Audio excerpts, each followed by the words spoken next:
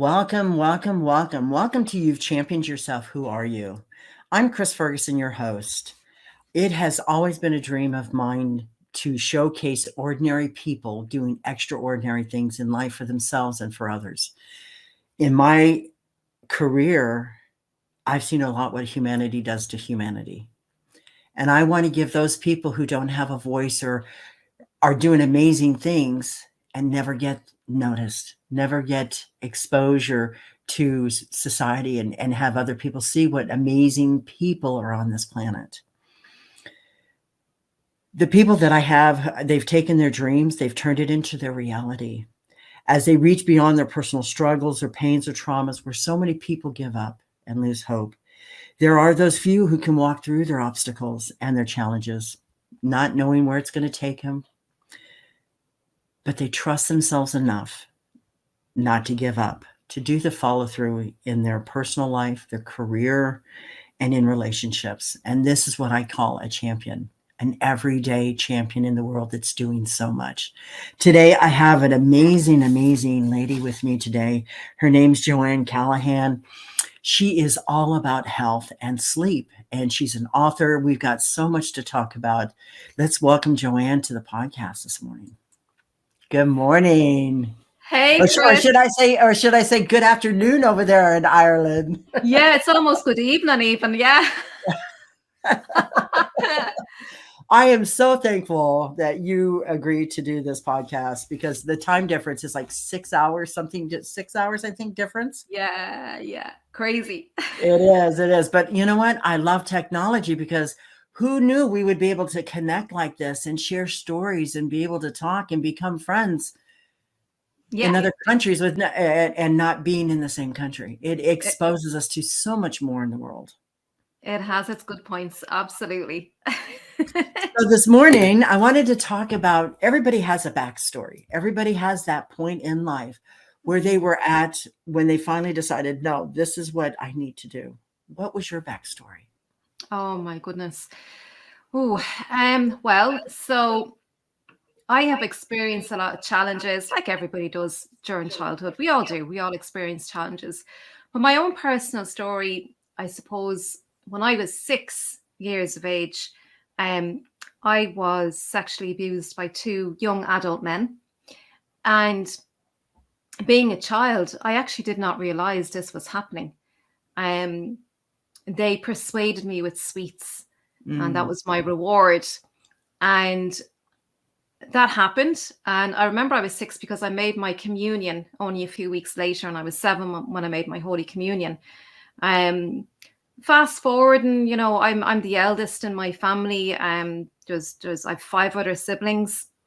My father drank quite a lot as I was growing up, and I do remember a lot of violent times, let's say, and a lot of times he was drunk nearly almost every night. He always drank. My mother, bless her, my mother was very resilient. She was a very resilient woman. I don't know how she did what she did and brought us all up. Some of my siblings were a bit crazy, very hyperactive. And we'd no internet back then.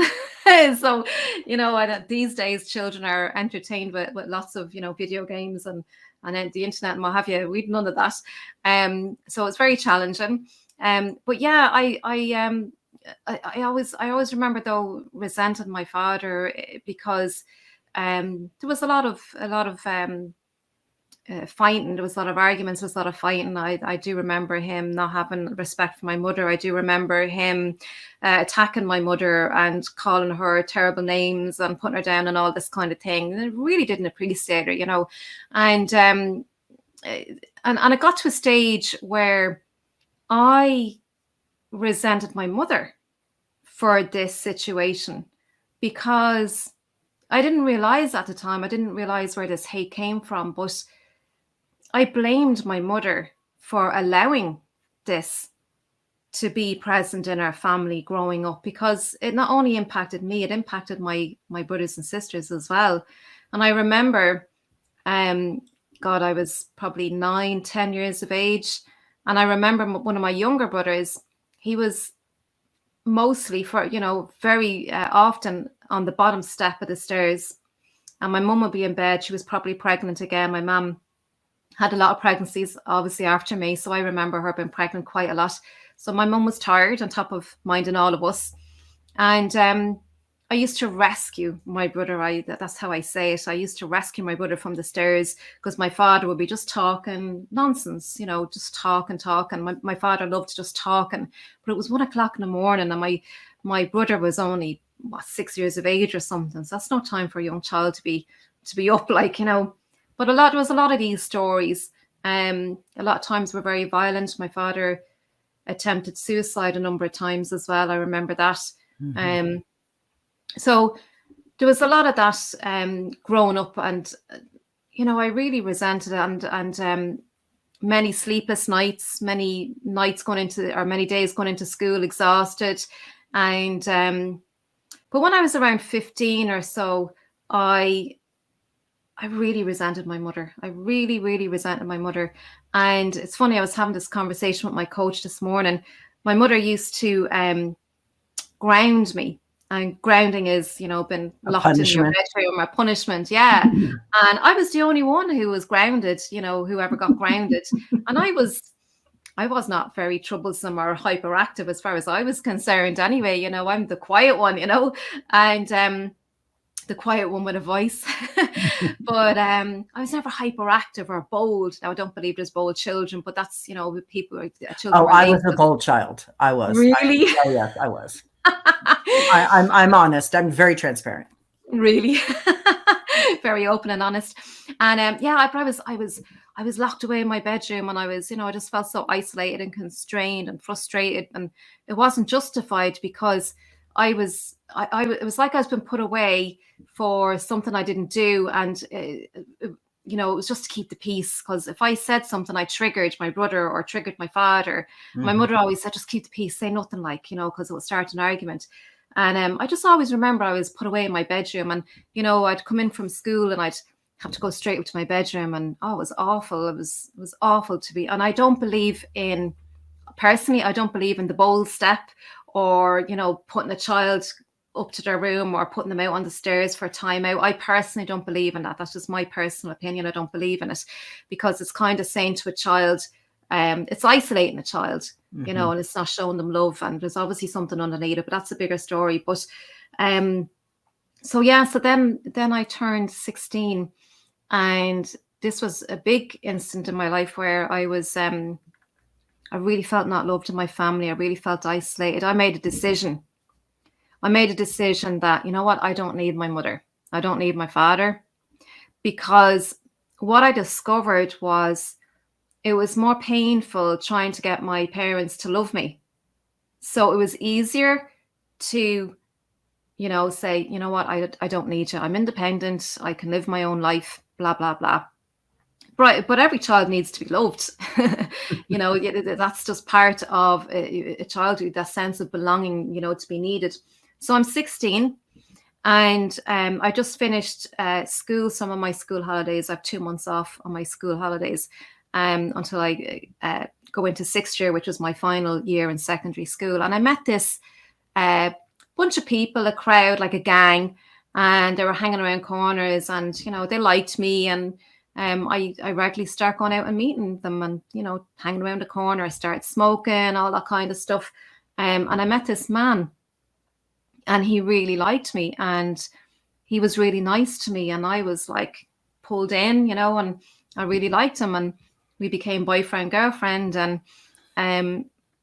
as the weeks grew on, I seen another side to him. I seen he was a bit iffy. There was a few things that were popping up that wasn't sitting with me. But I thought it was just my imagination or whatever. But it started getting bigger and bigger. And this happened in the space of 2 months. And I remember in September, there was lots of incidents that happened, but in September in particular, he basically abused me and raped me. He actually raped me a couple of times. But on this instance, he went too far, and I knew I was going to be pregnant as a result of this. And I remember I ran out of the house and I scraped all the inside of my leg. I was actually in my school uniform. Mm-hmm. I remember, because I had a skirt on me and I was in my school uniform.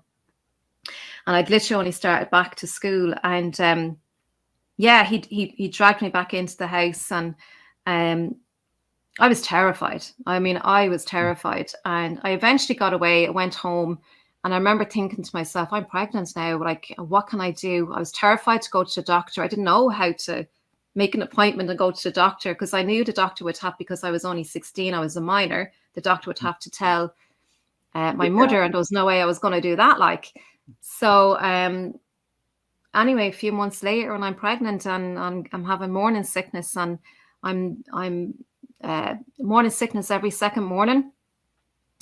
Really bad. I used to have to bring towels into my bedroom. We only had one bathroom in our house, and there was 6 kids, including me, my mum and my dad. My nanny used to come and stay quite a lot as well. Actually, my mum used to mind her too. So I used to hide, used to get sick into towels. I know that's not very nice, it's hot. And then I'd go to school. I'd go off to school then. And wasn't this man waiting for me at the next bus stop? If he saw me getting on the bus, he'd get on the bus, and he literally terrorized me every morning going to school. He'd sit opposite me and terrorized me. And I remember going to school, the sweat was pouring. I was wet, and I didn't know whether to get off the bus or stay on. And I was just terrorized the whole time. And so fast forward, anyway, I dropped out of school. Then I went back into school. The head nun came up to my mother and had a conversation with my mother. They got me back into school to finish my mock exams, which is the pre-exams before the real ones. And the leaving cert is your final exams. And my mum really did not want me to miss, because I was always a good hard worker in school. I was always good. And so basically, between the nun and my mum, and there was a youth counsellor as well, they arranged for me to go into this boarding school. And it was run by the nuns. And there was other young pregnant girls there. And there was a school in this place as well. So I stayed there for, I think it was 2 months. And I actually sat my leaving cert in this school. And that school was like, it was an awful place. I remember the journey going out there. It was awful. But I finished my leaving cert. I actually sat my leaving cert there in that place. And I always remember on the very last day, because I was, you know, like the head was starting to drop a few days beforehand, and I was in terrible pain. And I didn't know, am I in labor? Am I not in labor? I didn't know what was going on, you know, and I'm sitting there doing my maths exam.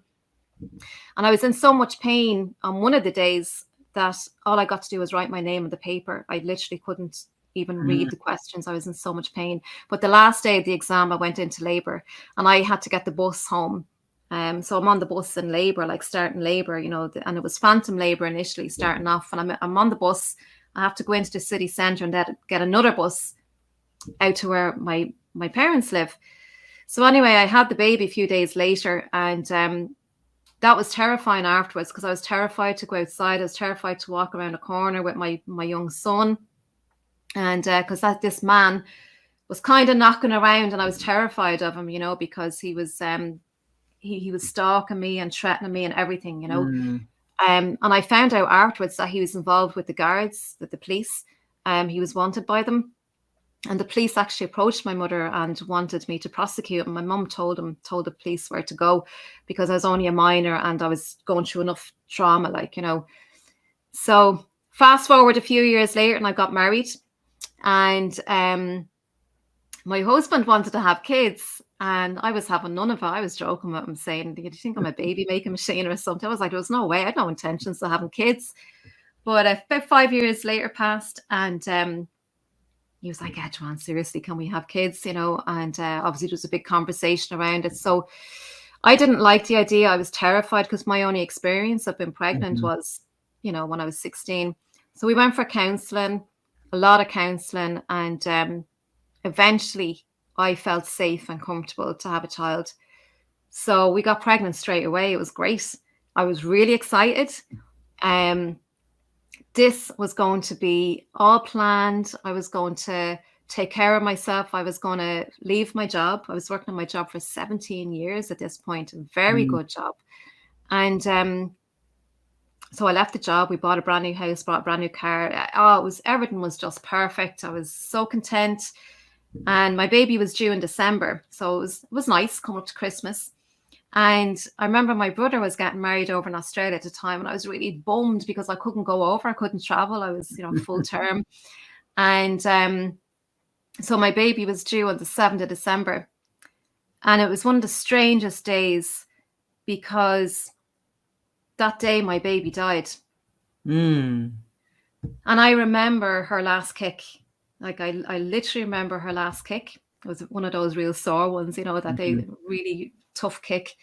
And I went into the hospital and they said there was no heartbeat. So they sent me home, which was a terrible experience. They sent me home. There was nothing they could do. I was like, can I take it out? They were like, no, you're actually not ready to give birth. Came back to the hospital a couple of days later and I gave natural birth. And they said I could have any painkiller I wanted because the baby was dead. But it was the most, what would I say? The labor was an experience in itself. I felt so in control. I had a priest who came in, a very good friend of the family, and he blessed me. And I just remember feeling looked after. I remember feeling, even though my parents, my mother, my father was dead at this point, but my mother was in Australia and all my family were in Australia because my brother was getting married. So I was on my own, and I remember a sense of I'm being looked after. Everything's going to be okay. Mm-hmm. And so I had my daughter, my beautiful daughter. I had no painkillers or anything like that. When I called for the epidural at the last minute, I was gone too far. I had the baby literally 9 minutes later or something like that. Gorgeous little girl. Nothing wrong with her at all.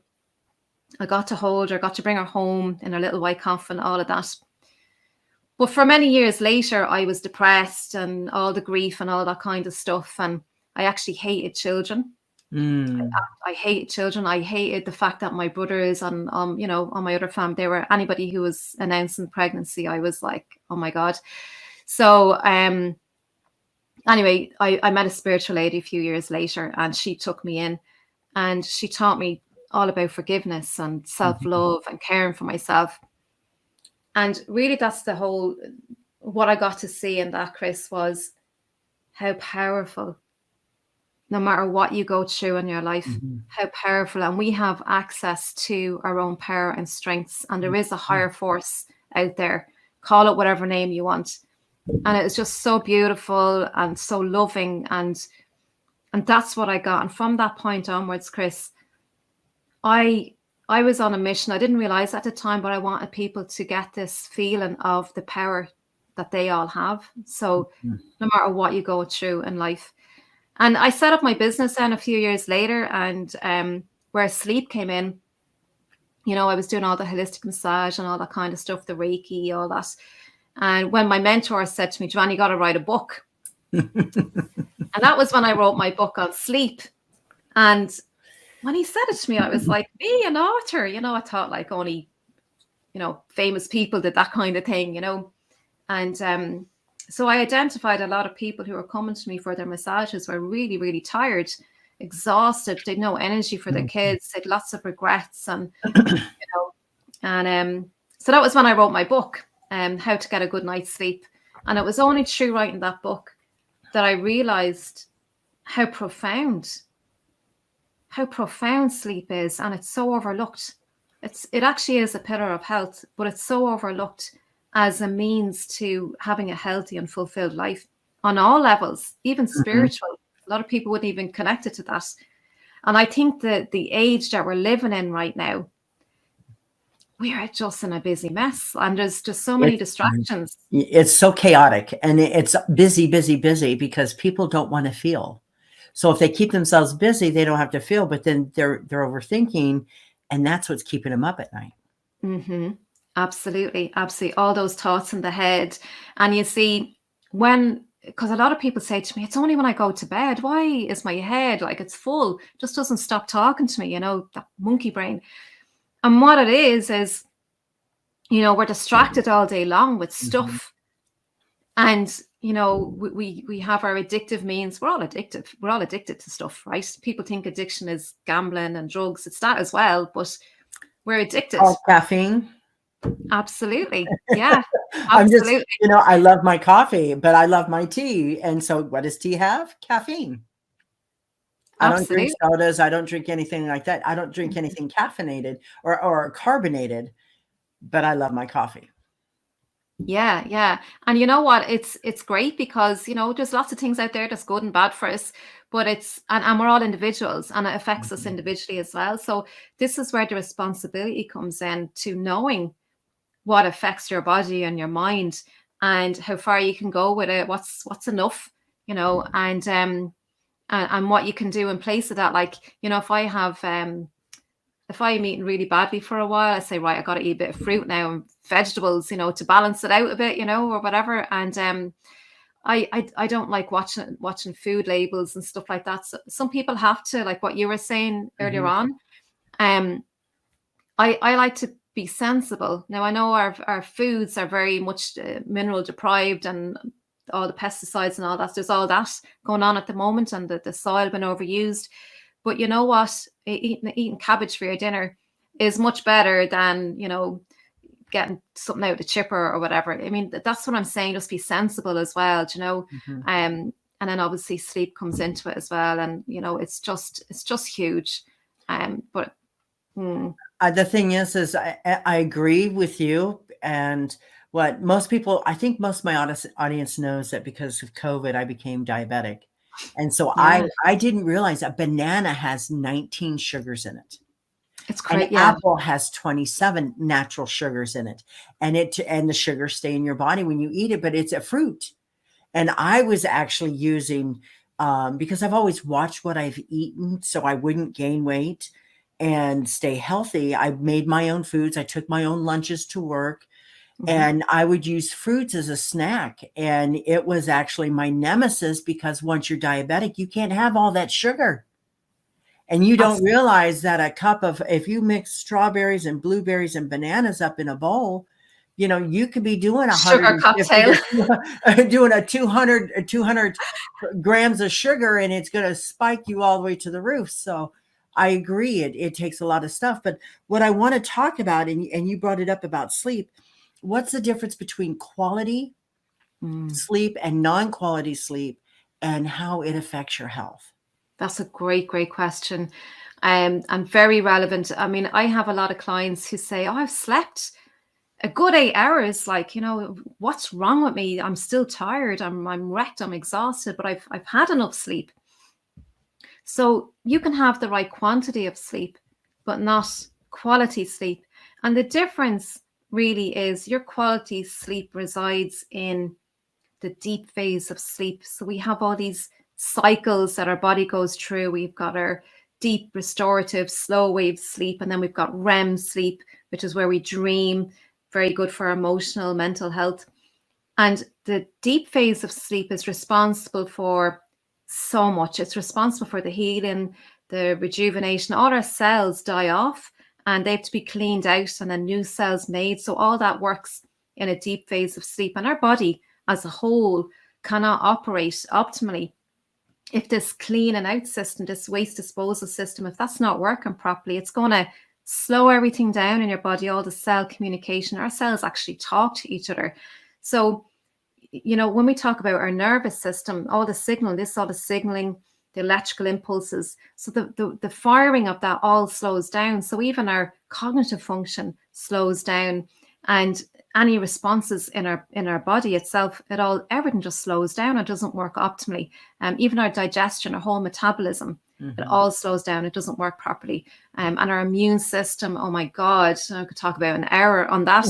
But that's the Mhm. quality of sleep is all residing in that, all the healing and repairing basically. And some people who sleep the 8 hours, and I always love to say this, Chris, because this is really important.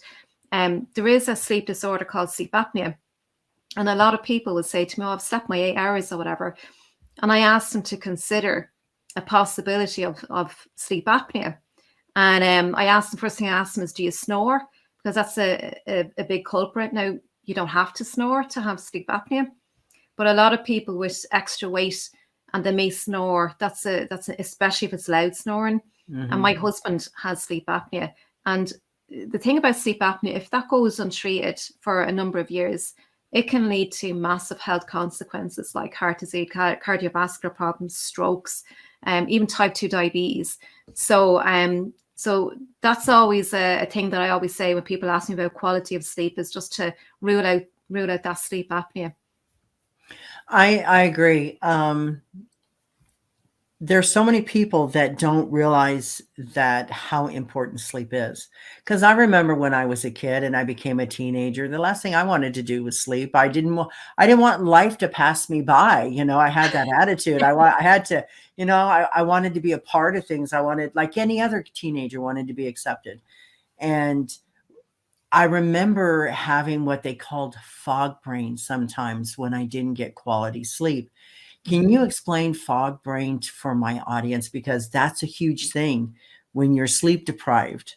Yeah, great. So our brain, there's a lot that goes on in our brain at nighttime when we're sleeping. And there's something actually that was only discovered in the last 15 years or so. Sleep science has really only been studied in depth in the last number of years. But one of the things they found out was this process of brain clearing, this cleaning system that happens at nighttime. And again, this happens in the deep phase of sleep. So the tissues literally shrink. And we have this fluid, it's called cerebral spinal fluid. And it comes along and bathes the brain and literally takes out all the toxins, the bad proteins, anything that's not supposed to be there. And this contributes to a healthy brain and really contributes to helping your brain work optimally, to fire well, and all the cells to communicate, which will lead you to having better executive function in your brain, being able to make decisions quicker, be clear, be sharper, be able to recall memory and also save memory as well. That's really, really important. And actually, a lot of people with Alzheimer's have these clusters of protein. And it is believed that this brain clearing process can contribute to reducing that or eliminating it. Now, there are other factors as well, but this is just something that was discovered. So for teenagers, especially if you're, doing exams or anything like that, it's really important to get your sleep as well for the memory, because when we're asleep at nighttime during the deep phase of sleep, the memory is laid down and the short-term memory is moved to, it's consolidated and moved to long-term memory. So it's stored there. And it's really important that this gets stored in our long-term memory, like it's banked. And then when we've slept well, we can recall information a lot easier as well. So that's why, when teenagers cram for exams, they can't access and recall the information. They get a brain block or a fog. And this is why. So a lot to be said about brain health, the longevity of your brain, the whole functioning of your brain. It's just unbelievable. I've dealt with kids for many, many years, and there was a purpose for me bringing this up, because so many kids think that they don't have to pay attention, they don't have to be engaged, they don't have to read, they don't have to understand. Oh, they're always They'll right, be aren't they? fine. They'll be fine. You know what? They'll be fine. And that doesn't happen. But I'd like to talk about how role models in people's lives help them become a better version of them. Yeah, and I'm really passionate about this area, Chris, because, our parents are big role models. And I think it's a privilege and a gift to be a parent. It's not an easy job. I mean, it doesn't come with a manual or anything like that, okay? And we don't always get it right, but we mean well. Mm-hmm. We always want the best for our kids. Of course we do. But you know what? We get tired and irritable and fed up, and sometimes we take it out on the kids. And this is one of the reasons why parents need to get a good night of sleep, so they have more temperament and all of this. Mm-hmm. But as a role model, I believe that we can't tell our kids what to do. It just goes in one ear and out the other. I believe children learn from how we are being, from how we are acting and behaving. And I think when we step into that and understand that and realize that as parents, how impactful that can be, not only on the children, but on your spouse as well, to anybody that you're dealing with in life. You Mhm. be the example that you want to see in the world, Mhm. I and love it's that. so I love that. powerful. Yeah, Yeah. it is extremely powerful. The fact is it's holding yourself accountable. See, the thing is there's lots of laws in this world that man has made to control people. Yeah. But there's one law that's universal law that says it's the golden rule. You treat people like you want to be treated. Why Love it. wouldn't you want to do the universal law? You wouldn't hurt, manipulate, or get powerful or greed or try to control anybody else, because you would be holding yourself accountable for your actions, your behaviors, and your words. So I agree with role models. I do, but I see it a little bit different. I do believe in consequences for bad behavior. And I do believe in being very transparent with children, because they can tell the difference between whether you're really engaged or if you're faking it. Yes, they They, can. Yeah. I mean, it's this innate ability. They're like, yeah, you're just BSing me, you know? And the fact is when they know you're not, and they know that they're safe with you and that you are there for their best interest. You see a different side of that child.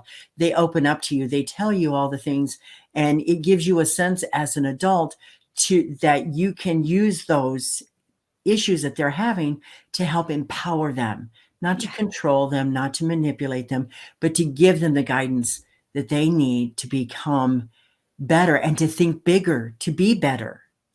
Oh my God, absolutely. And you know what? For children to feel, and I believe that children need to have that sense of control. Obviously, there's boundaries, but so the power of choice, it helps with their regulation, their self-regulation. And I don't think that children have been taught enough how to regulate how they're feeling. It's Mhm, not taught mhm, in school. They're taught really just all memorizing things, like an awful lot. It's not helping to regulate their behavior and help them to grow and expand. And I do believe that we only learn, and children learn through the consequences. Um, I really agree with that, what you said. Because but as long as they know that it's with love, that there is mhm, love present there for the children, so that it's safe for them to go and explore, and mhm, that they're loved no matter what. Because I think that children, I know certainly when I was growing up, I operated uh, in a way that I wanted to please my mother and father all the time. So mhm, it was all about them, and it mhm. was never about me. It was always about, once my mommy and daddy are happy, then I'm happy. That's kind of how it worked. And I think that system is starting to break down now. The children coming in now they don't want to be told what to do. They want to have their own power. I can see it in my own daughter. She's freaking amazing. She really speaks her mind, and she's very open. And I have that conversation with her as Mhm, well, and I allow her to make choices. And I'll say to her something like, parents often ask me about their kids and bedtime, and I'll say, well, ask your child, what time do you think is a good time to go to bed? And the child might say something silly like, by 11 o'clock at night. And I'll say, no, that's not really appropriate. Let's try another time. And they'll say something more, 8 o'clock or half 8. So then you'll agree on that. But you've just given your child power. Now the child is accountable to that, mhm. because they've made that decision. And it's just a different way to go about it, but it gives your child more power, and it works. Mhm. It does. It does. And I agree. In my 40 years in law enforcement, 21 of them was dedicated to youth, troubled youth, because I was one of those troubled youth. And Mm. in them, they have absolutely no boundaries. They have no limitations. They're just off the chain and doing whatever. They think that, again, I'm adult enough. I don't need to listen to mom and dad. I don't need to, there's nothing you can teach me. I see what you do. I'm going to do better. And then I go do something just as stupid. So the fact is, or just as something as inconsequential, or getting and putting myself in risk or harm. Yeah. And there is a certain amount of rite of passage, but if you have the guidance, and that's the difference, if you have the guidance, because there's so many kids out there who don't. And there's so many other factors out there that are people, older people, who want to manipulate and abuse and emotionally, disrupt the children.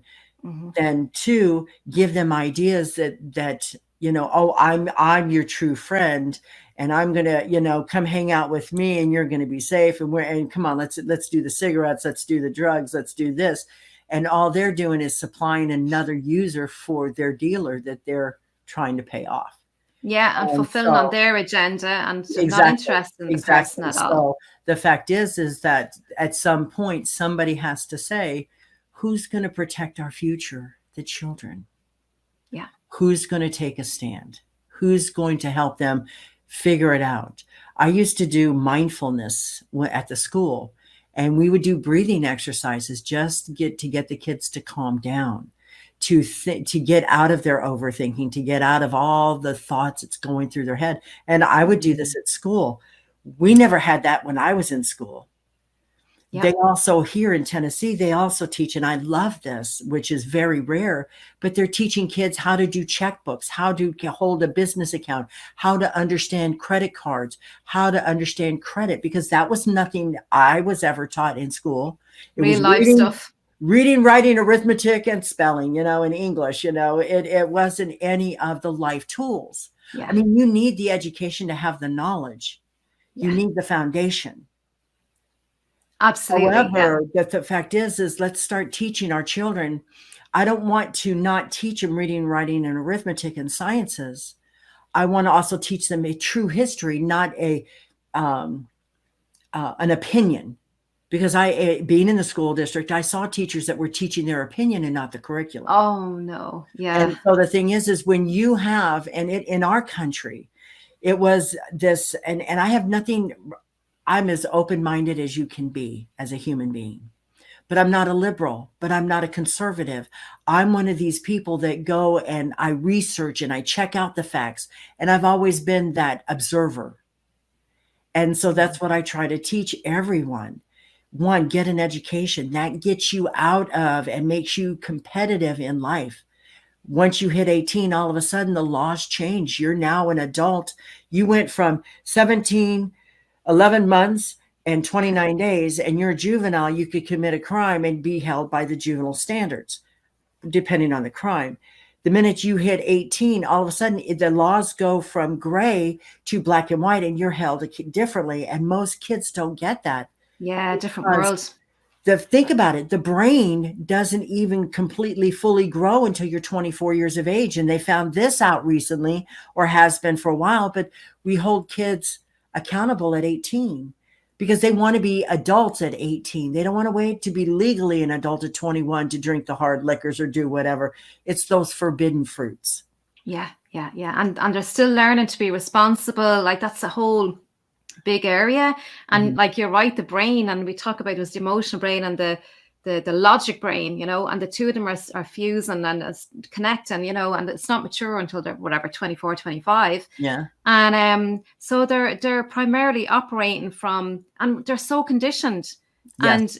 And like our brain does that, our mind does that on purpose to because if we're in a danger, we need to think really quickly. So we use the subconscious brain, and it does that on purpose because it doesn't have to process through the conscious, so it happens instantly. But we're so hardwired and programmed, and all the habits, and we're learning from our society, and the kids are learning from the other kids. So when kids start, it's just a mess. And so when the kids can start to ask these questions and be aware, you said that, I think you said the word aware, you said another word like it, but to be aware. Observer, that's the word you said. Yeah. To observe. Yeah. And to really look. Yeah. And to be mindful of what's really going on, and ask the question, because the kids just have their own agenda, and they can be very easily manipulated. They can be, but the thing is that I knew this kid, and he loves TikTok.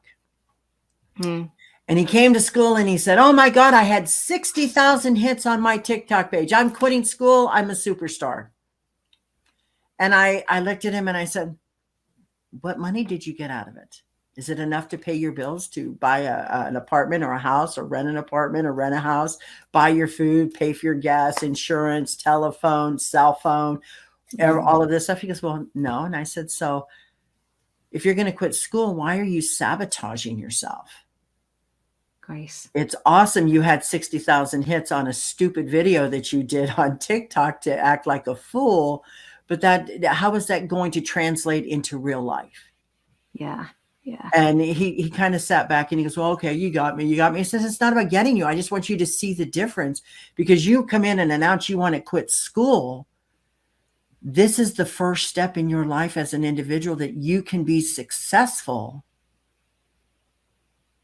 to step out into the world once you graduate and say, okay, I have a high school diploma.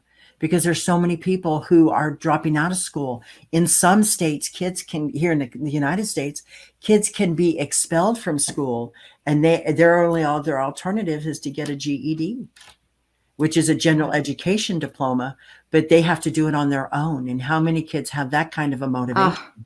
Yeah. So the fact is again, I mean, I'm boasting Tennessee, because Tennessee, I saw my principal at this school that I worked at go to kids' houses and say, come on, you got to get to school. You got to get to school. You got to have an education. I have worked in the school district for 20 years and have never seen a principal ever do that before. And he didn't care. And he would go to school and find out why they're not there and find out what they need. And this is the kind of service that kids need, and parents need to be held accountable to, so that whatever excuses they're telling themselves, it doesn't harm the children too. So in that, he was amazing. I absolutely love this man for his abilities to hold children in a light that they could be successful. Yeah, that's so great, because what came to mind when you were saying that, Chris, was that nun who came up to my mum, and they made an agreement, they made an arrangement for me to come back to school. And I often wonder, if that nun hadn't come up to the house, what would have become of me? Mm-hmm. Would I have finished school? Got my leaving cert, and that was something that I really owed to myself. One of the things my mother said was, don't let what happened ruin your whole life. Now, I know the leaving cert it was the be all and end all at the time, but it's not really now. So I don't even know. I can't even remember what I got in my exam. I just know I passed it. But like it was a really important exam at the time, and I completed it, and I wasn't going to let what happened to dictate the rest of my life. I love that. Yeah, I love that, because so many people do allow their mistakes or allow their choices that end up turning sour. Not even a bad decision or choice, just a sour decision or choice, define their whole world and knock out their worth and knock out their value. So I honor you, one, in being able to speak about this, but I honor you as that role model in children's lives, because it is about the kids, because they come in, it's the same. I mean, there's not as many orphanages nowadays, but there's a lot of people abandoning children still today. And I was abandoned. And this was back in the 60s, when divorce wasn't, society norms said that a single mom couldn't raise 6 kids by herself. That was the Catholic Church's understanding. So we'll help you. We'll help you. So their help was to guide my mother to an orphanage to put us children in. And that was a choice, because she walked away. Yeah. And so the fact is a choice is, if someone gives you an option, you still have a choice. Yes. And so the fact is that when people understand this, but when you're that kid that grew up under all those traumas and pains and circumstances, you become that adult with all those traumas, pains, and circumstances. Yes, you do. And so it's about breaking the cycle of pain, breaking the cycle of abuse, breaking the cycle of generational trauma, and say, I saw, again, my principal help a kid be the first kid in his family to graduate high school. Wow, incredible. So the thing is, so generational, it was acceptable not to graduate. But in this day and age, he was like, no, not on my watch, not now.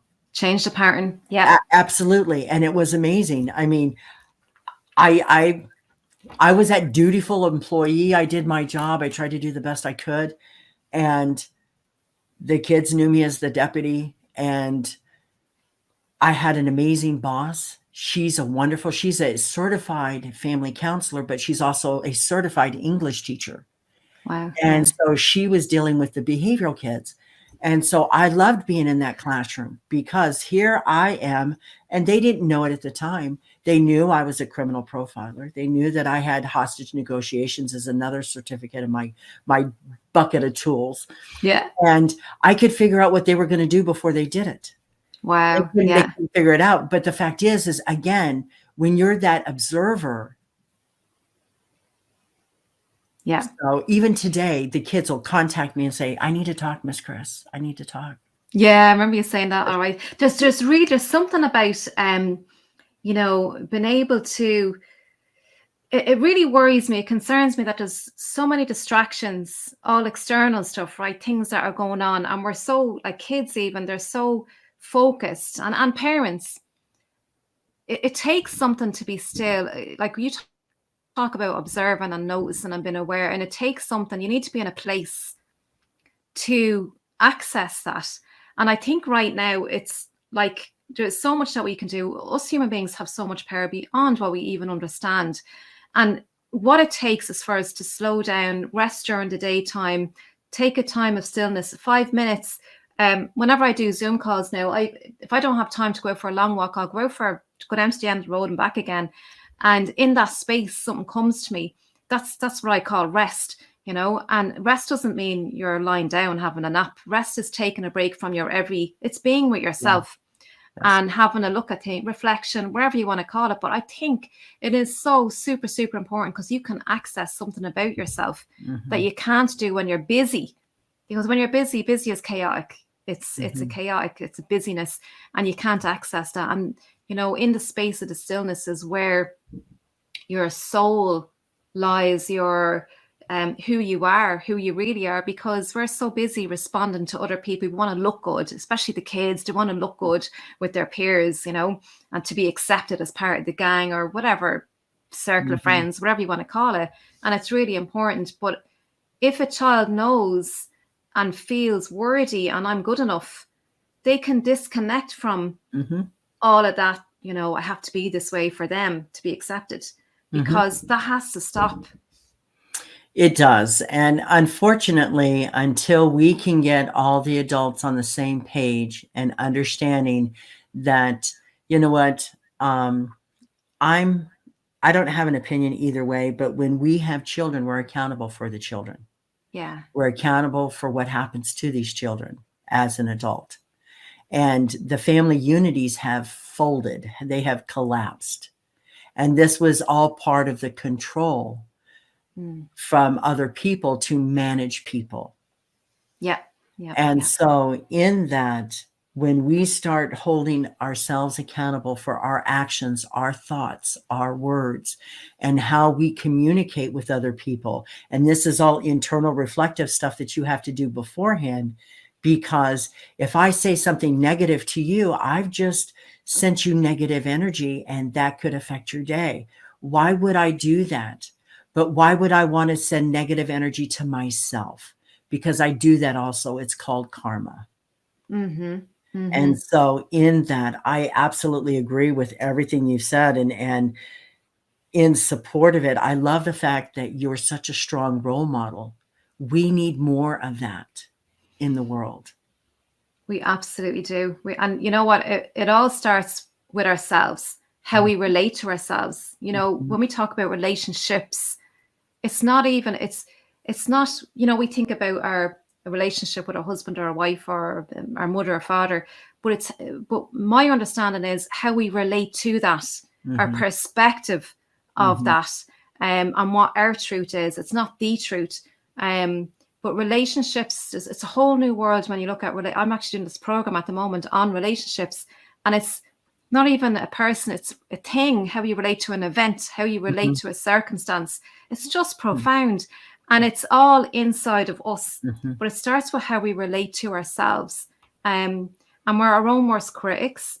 We give it's so important that we acknowledge ourselves, that we come back to, well, Yes. hang on, wait till I look, I accomplished this, I accomplished that, what am I talking about? Like, Right. and it's so important to reward ourselves, even something small, for the smallest thing that you've done, because that really helps it sink in, something good that you've done. So yeah, I think it's just so profound what we can do in this world. And you know what?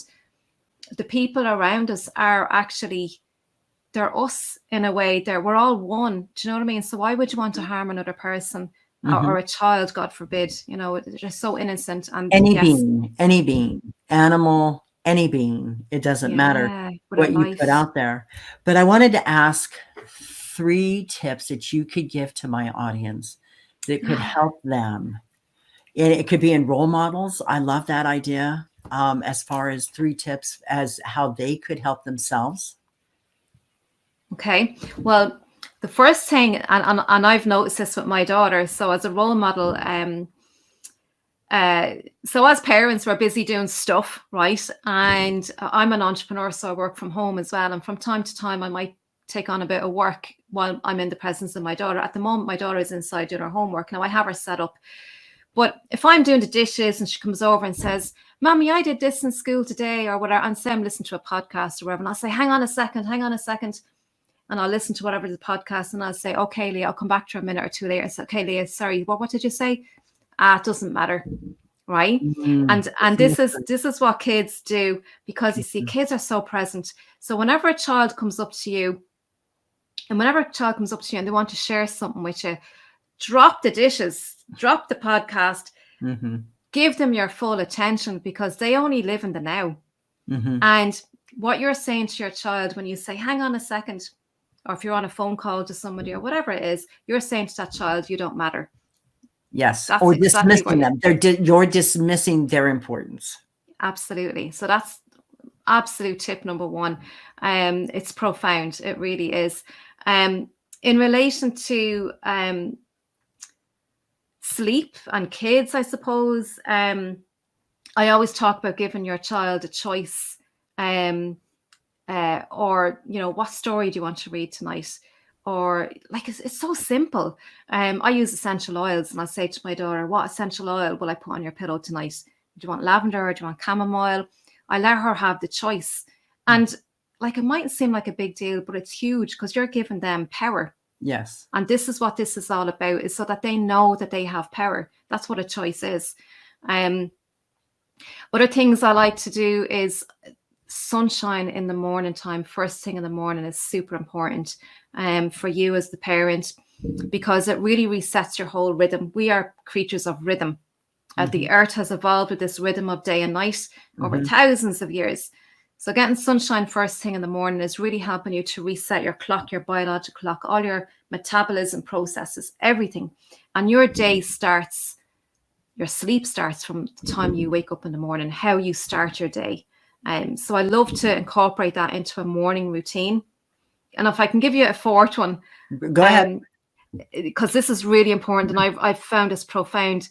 Do not turn on your mobile phone for at least an hour after you've woken up, because the minute there's so many people, they roll over before they've even gotten out of bed, they reach for their phone, turn it on, they're checking their email.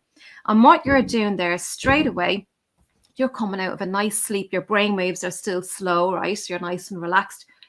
You're like hitting the floor running the minute you open up your phone, and you're responding to other people's emails, other people's messages. So you're giving your power over to somebody else. So I say, keep your phone off for at least an hour, and do your power hour, your golden hour. Do whatever is important to you, self-care for that first hour in the morning, which will include getting sunshine as well. So I think that's profound. I think how you start off your day really sets your day up powerfully, and you're going to sleep better at nighttime as a result.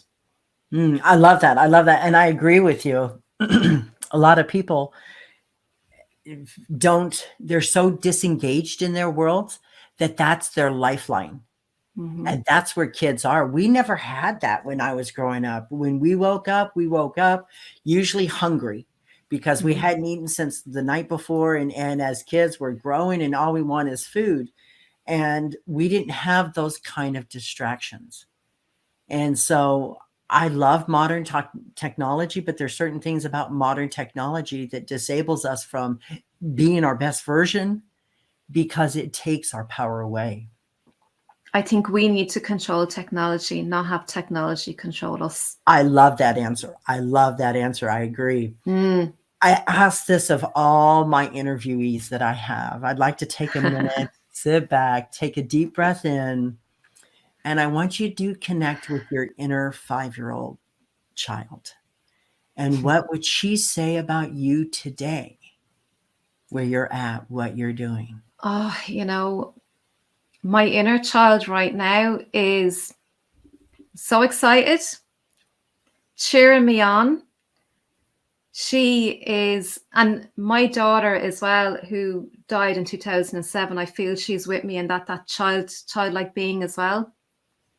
And they are so excited because they know that this is so important for children to feel heard, feel seen, feel that they matter, and giving them the power, really setting them up for the next part of their life.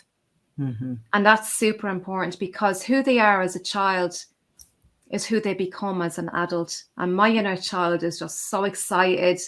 This is the work that I'm meant to do in this world. She's also very proud of you because you had so many other thoughts when you were younger as far as options, and you chose not to use them. You chose to stand in your power, not knowing where you were going, not knowing where it was going to take you, and just said, no, that's not for me. Yeah. There's just something compelling. There's something, and you know what? Sometimes I'm going forward, kicking and screaming. I'll be honest. We all do that. We all do. We as human beings don't like change. And that's one of our biggest obstacles, because when change comes and we just like, okay, let's just go with the flow and see where this takes us. The change isn't that difficult. But that's one of the things as we're taught in life, that if you think you can control something, you better think again, because the universe is going to show you how much control you have. Which There's is resistance zero. straight away, isn't there? When you try to control, it's resistance, because even though you might feel that something's happening that doesn't feel right, it might be the very thing that you do need to move forward. So the universe has your back the whole time.